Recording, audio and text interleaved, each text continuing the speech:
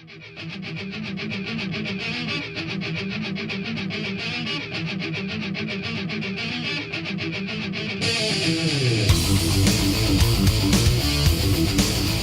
up, everybody? I'm Turbo, and welcome back to Turbo's Nerdery. That's right. Today we are doing part 2 of the Stan Lee Comic-Con review. We're going to go over the greatest of all time poster, and this is the long section, so I'm going to get right into it. Enjoy.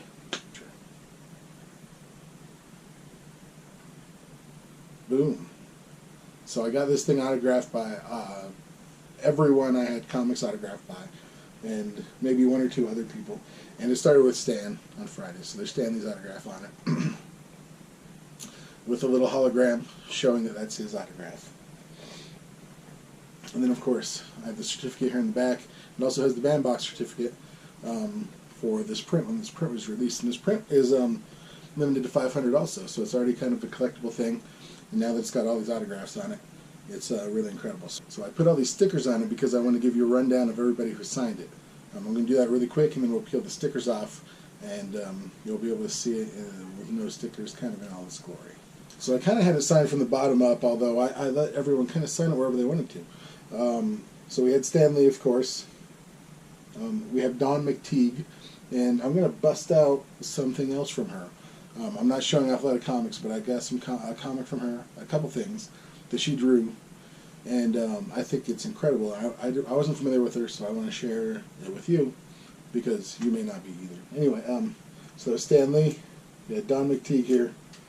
We have David Barron, a colorist and a buddy of mine. And actually, so Friday, I'll get back to this. So Friday, after I finished standing in line for Stan Lee most of the time, I went over to see David Barron, who's a colorist I like. I've been working on 3D print for him, and may be working with him more in the future. But I went right over there, and he actually invited me out to dinner. I went out to dinner with him and another colorist, Alan Pasalakwa, who is signature here, ATP, and who is signature here. I'm not talking so well tonight. Oh well. But we all went out to dinner tonight together. Had a good time with some of the guys from Oasis Comics also, which turns out to be like my favorite comic stand at the cons, and they seem to show up at all the cons I'm at. They're qualified to be witnesses, so I've had them witness some signatures that I got slapped up and stuff, so that's pretty cool. Anyway, and Dave, if you're watching this, man, I hope your brother's doing well and your family's doing okay and everything. Like he's watching this. So this is Don Glutt. He was the inventor of Dagar the Invincible, and I had this incredibly nice copy of Dagar that I had signed. And actually, I'm going to give him that slab also, just because it's from '74 and it's probably in mint condition. It's one of the nicest old comics I've ever seen. So when the creator was there, I thought it was a nice opportunity to get a nice piece of history kind of preserved. Anyway, then we also have a James Tynion. He's a writer on Batman. We have Andy Park, who he's a great artist. He does a lot of cinematic design these days for the Marvel Universe, and he did this Thanos. He's actually, Andy Park did the Thanos, and he's drawing a sketch for me on a blank comic cover. He didn't have time to do it at the con, so he'll be mailing it to me when he's done. Excited about getting that. So Logan Pack was already on the print. He did the print. Actually, a guy came up to me and he said, I drew that. And I'm like, oh, Logan? And he points, he's like, I drew that. I'm like, is your name Logan? And he kind of cracked a smile, so he was just playing around with me, I think. But, so here's Jay Lee. Jay Lee signed it. And we're going to get to more about Jay Lee later. I think you can already tell I'm kind of surrounded by Jay Lee stuff, so we'll be talking about that. This is Kenneth Rocafort. I had a cover that he had done, and he was such a cool guy. So a kid came up, and he was looking at one of Kenneth's comics, and Ken said, hey, do you want that comic? Do you like it? You can have it. And the kid's like, yeah, I like it. And then he pulls out like a trade paperback, and he's like, I really like this one. Smart kid. And so Kenneth laughed. He's like, well, you can have them both. And the kid's like, well, I don't want to take them both. And Kenneth's like, no, take them both. He's like, well, I'll give one to my brother. Cute little kid. So after that, I had him sign something for me. But after that, I felt like I had to buy something, so I did. I bought something from him. Norm Ratmond, great inker. I've seen him at several cons. He's a pretty hilarious guy. Here we have Eddie DeAngelini. He writes an online comic strip called Collectors. And actually, he gave like this great professional kind of promo on camera, and I'm gonna cut to that. I'm gonna let you guys all see it right now. I'm Eddie DeAngelini. I'm the co-owner of Heidi Ho Comics in Santa Monica.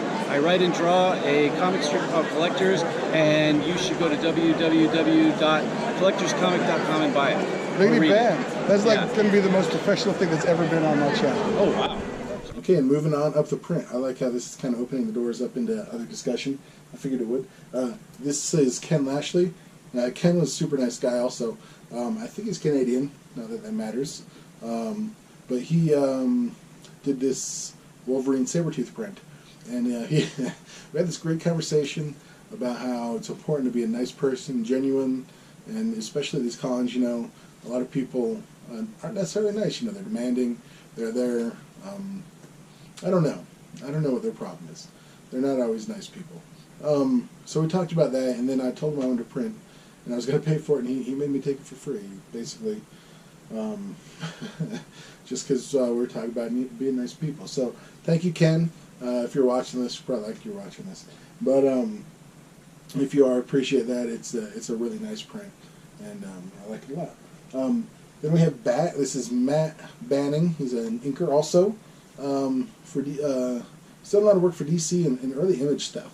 I've seen him at quite a few cons also, and I ran out of space, but I got a bitchin' Wolverine print from him also, kind of black and white, walking through the snow. So maybe we'll get a shot at that here. Okay, and then jumping over the other side, we have Mark Silvestri. I was bummed. I had signed up ahead of time to get a drawing from him, a sketch at the con. He had just had surgery on his eyes, and so by the time Sunday rolled around, he wasn't doing any sketches. So that's too bad. I hope he's feeling better. You know, your health's important, so I wasn't upset.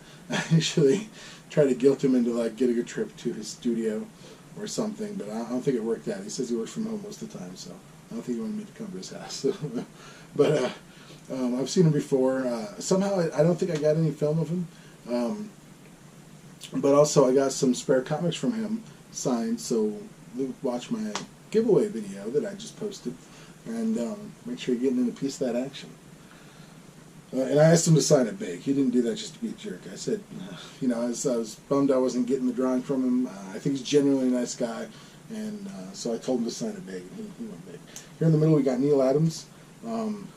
Let's pause and talk about Neil for a minute. I'm blocking Neil's print. So I got this print from Neil, and this is printed with art paint on special art paper. It's a really beautiful print, and he did kind of an inscription. They call it a remark with a nice signature. This was pretty expensive. I had to ship it home via UPS because it didn't quite fit in my suitcase. Luckily I got insurance because it actually got creased up. It's probably hard to tell here, and there's a good chance if you frame it up it would look okay. But I'm still putting that insurance claim in. That's why we get that insurance. And there's no excuse for them to bend this stupid thing in half, just, you know, shipping it part way. It's not even halfway across the country. They're supposed to be professional shippers. Get your act together, UPS. I'm coming for you. I wheeled and dealed. Neil was actually charging. Okay, and this is another opportunity to talk about something. Neil was charging $40 for his signature. The first time I went to a con was in Long Beach, I think in 2013, Long Beach Comic Con, and Neil Adams was there, biggest name there. He was the only one charging for signatures then, and he was charging $5. And so I only brought one comic for him to sign because I thought $5 for a signature was a lot. Well, now, you know, times have changed, and trends are now where people will bring, like I talked about before, they'll bring a witness to witness the signature. You'll take it over to a CGC place, a comic grading place, and they'll slab it up. And now, a signed slabbed comic, because it's certified, greatly increases the value of the comic.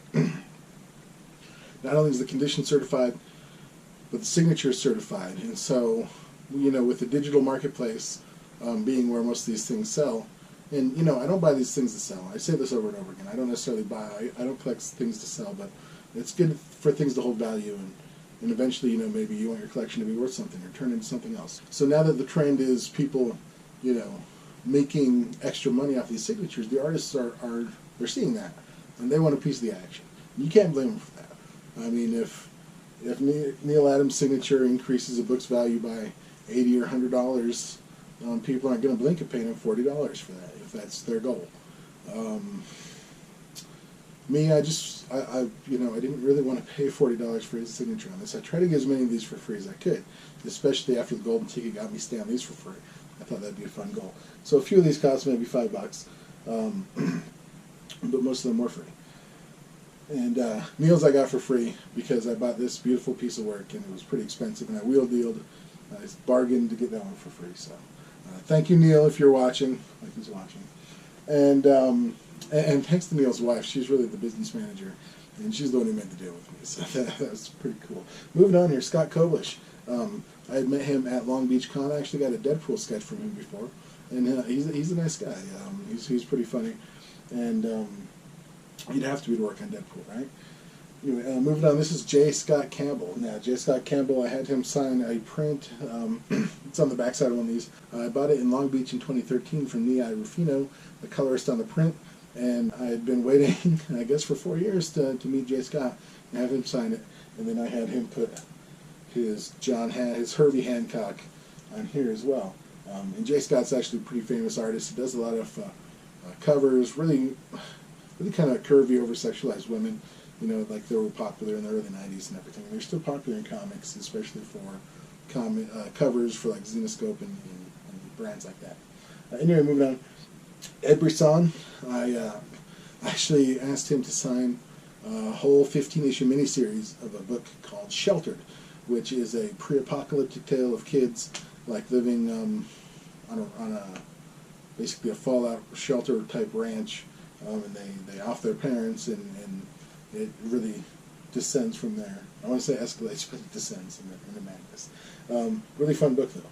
We'll get there in a minute. Merrill Michaels is a good artist. He does a lot of cover work. I don't have a lot of his stuff, but he was a really nice guy and fun to talk to, and he was the guy who did this Deadpool print with a Dodgers shirt. Since I went out there for the World Series, I kind of thought it'd be fun to get a piece of art commemorating the Dodgers as well, and Deadpool, of course, I knew there was going to be something Deadpool Dodgers out there, so I picked that up. So moving on, Greg Capullo. Greg Capullo's a really cool guy. We're going to go right now to a clip of him signing some stuff and just kind of BSing.